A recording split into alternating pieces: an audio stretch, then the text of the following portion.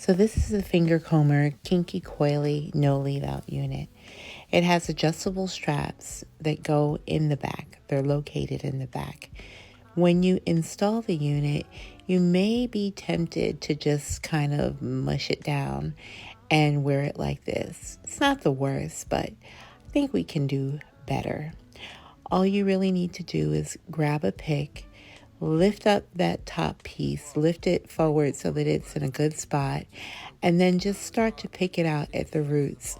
You want to pick it in the roots as much as you'd like until you get the desired fullness. You don't want to pick it all the way through the end because you'll wind up picking out the curls. So you can just go ahead and pick it as much as you want to achieve the height that you'd like.